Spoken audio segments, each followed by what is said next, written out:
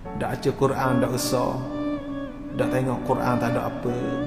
Tapi kalau dak baca Facebook, dak tengok TikTok, dak baca berita, Allah dak sedaknya hidup hari ni, rasa kosong rasa.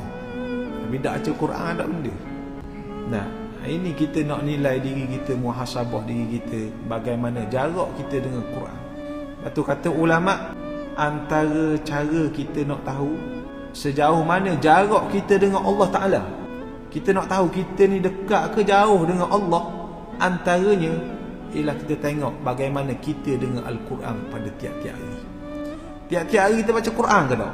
Kalau kita ni jenis payah baca Quran, tinggal Quran, tak baca Quran sehari ni tak rasa apa, tanda kita ni jauh lagi dengan Allah Subhanahu Wa Ta'ala. Sebab Quran ni kalamullah.